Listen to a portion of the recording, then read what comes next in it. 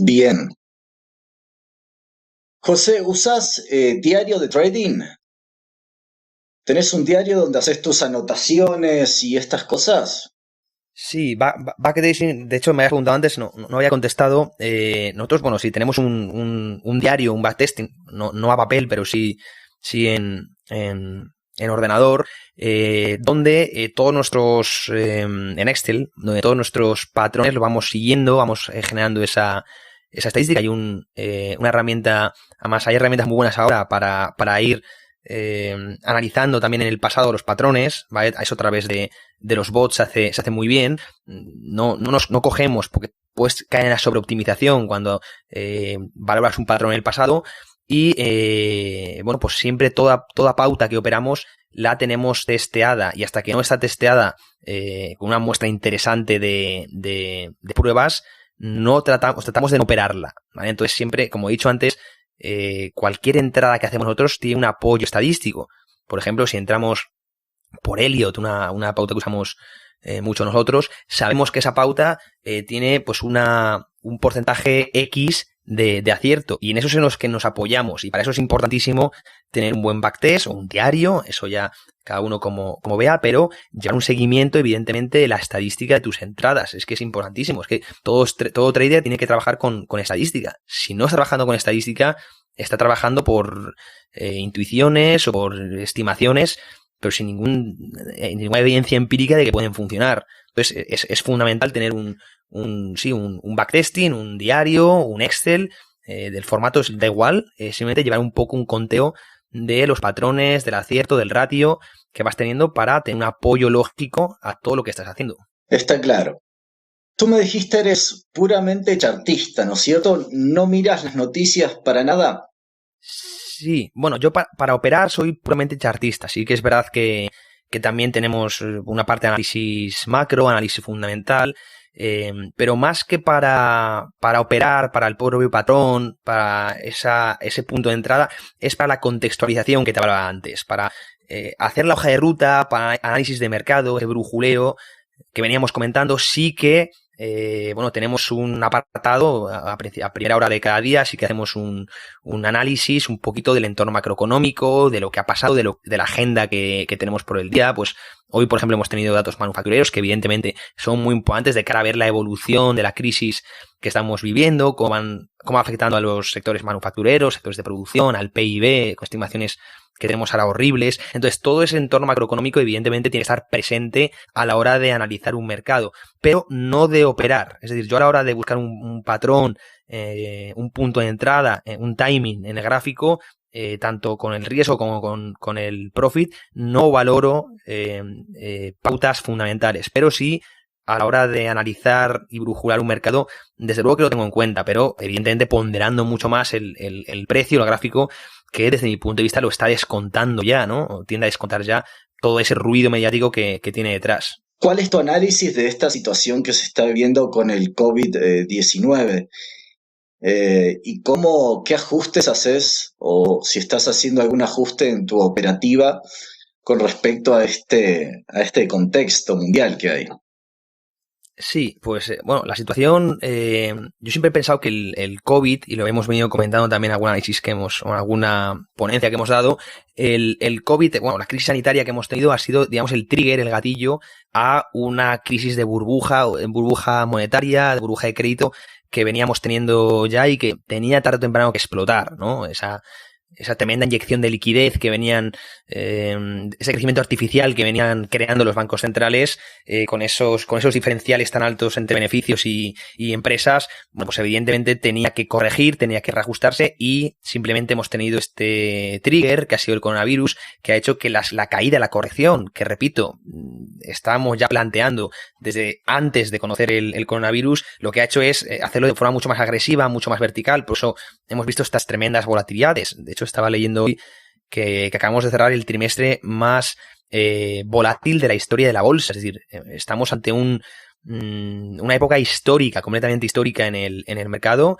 El mes de marzo de 2020 se va a recordar toda la vida, los inversores que hemos estado presentes viviéndolo todavía más, pero ha sido unos movimientos de mercado, bueno, pues brutales, ¿no? Por poner un adjetivo tremendo, y considero que era una corrección que de todas formas iba a pasar. Repito, no sé si con esa violencia o tan agresiva, pero la recesión ya estaba llamando a la puerta, veníamos con un crecimiento totalmente artificial a nivel financiero, había un desequilibrio muy importante entre el análisis económico y financiero en cada país y se tenía que reajustar, ¿no? Entonces, es verdad que el coronavirus pues lo ha puesto en altavoz, claro, o ha sido, digamos, el gatillo, pero era una corrección que venía. Y de momento me preguntaban el otro día, ¿y hemos tocado ya suelo de mercado? Bueno, nuestros análisis claramente técnicos nos dicen que no. Es decir, hemos visto una primera ola, un primer segmento bajista, ahora estamos en la corrección, en el rebote, pero debe venir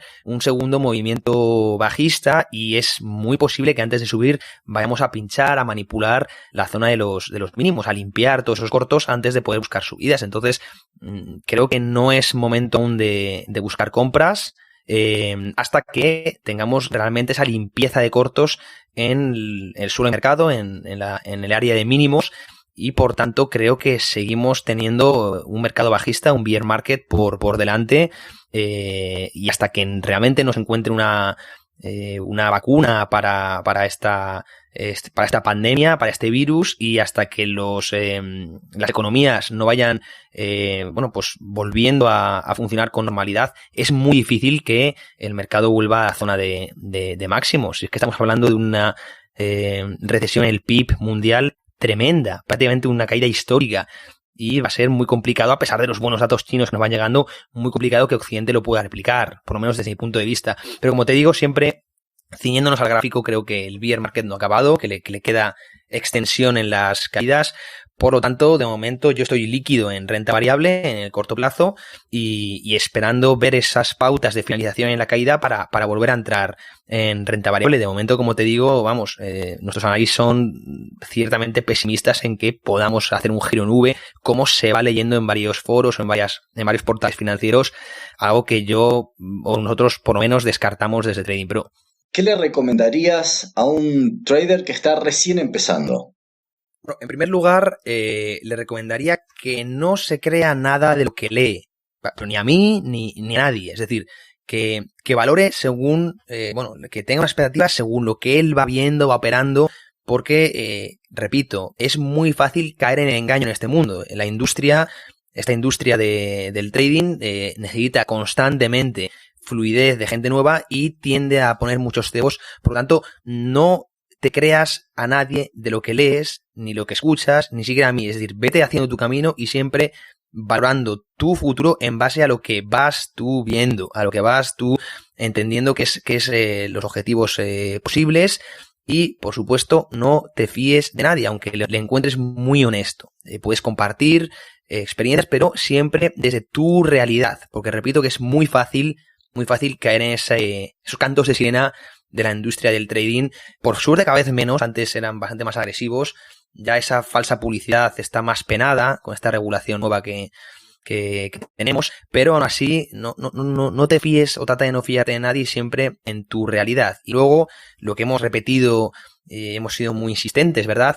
Siempre con un control de riesgo. Sé que es fácil, parece fácil de escuchar, incluso fácil de aplicar, pero es muy complicado porque el trading te va a estar llevando constantemente al error, te va a poner a prueba y es muy fácil que en una o dos o tres operaciones cometas un error y un error te puede costar el trabajo de un año prácticamente. Entonces, interioriza desde el primer momento, sin antes poner las bases bien desde el principio, porque luego si has empezado mal o has puesto malas bases es muy difícil luego subsanarlas. Entonces recomiendo siempre desde el principio trabajar mucho en el control del riesgo, más que en el sistema, más que en la psicología, incluso en la propia gestión del riesgo. Eso es lo más importante y es fundamental que desde el principio se vayan estableciendo esas bases bien para interiorizar pues un buen concepto inicial y no tener luego que subsanarlo, que cambiar todo lo que has aprendido, porque te va a llevar mucho más tiempo y mucho más trabajo.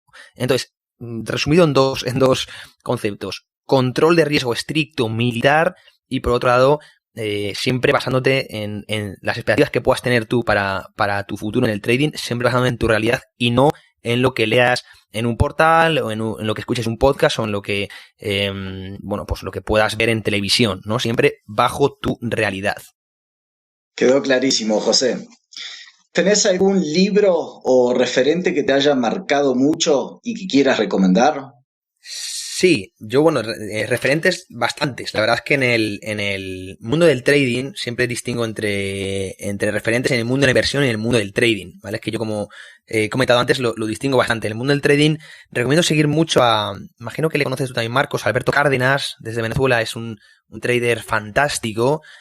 También experto en renta fija y en ciclos económicos. Te dejo el nombre apuntado, muy bueno. Insisto, desde Venezuela le podemos leer. En Twitter también le podéis seguir. Luego Carlos Doblado creo que también es una figura muy importante en España como analista técnico. Mi amiga Cristina, Luna Élfiga, podéis encontrar en Twitter, también muy muy buena a nivel de trading. Y luego en inversión, Daniel Lacalle, he aprendido muchísimo de él, es uno de los mejores gestores de España. Martín Huete, si queréis bueno, entraros en todo el mundo de la gestión pasiva, la indexación, también es un referente al que seguir. Conviene también ir aprendiendo en esos campos también de gestión pasiva, creo que es muy interesante. Y Hugo Ferrer en Investia creo que también es muy muy muy interesante.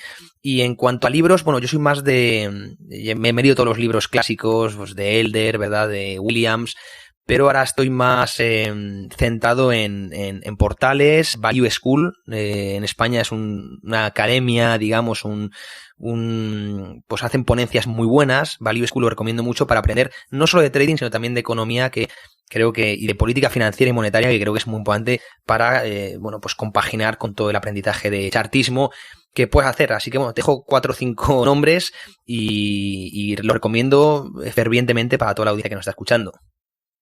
Muchas gracias, José. Vale, bueno, pues sí, despedirme de la audiencia, por supuesto, y darte las gracias a ti, Marcos, por encontrarme este hueco en tu genial podcast, que por supuesto recomendamos y recomendaré yo también a todos mis seguidores. Estás haciendo un gran trabajo desde Andorra, desde la montaña, así que por supuesto te agradezco este espacio que me has dado y por supuesto desearos a todos y a ti también, Marcos, un estupendo día. Muchas gracias, José. Gracias a vos por compartir información de tan buena calidad con toda la comunidad de traders. Perfecto, un abrazo a todos.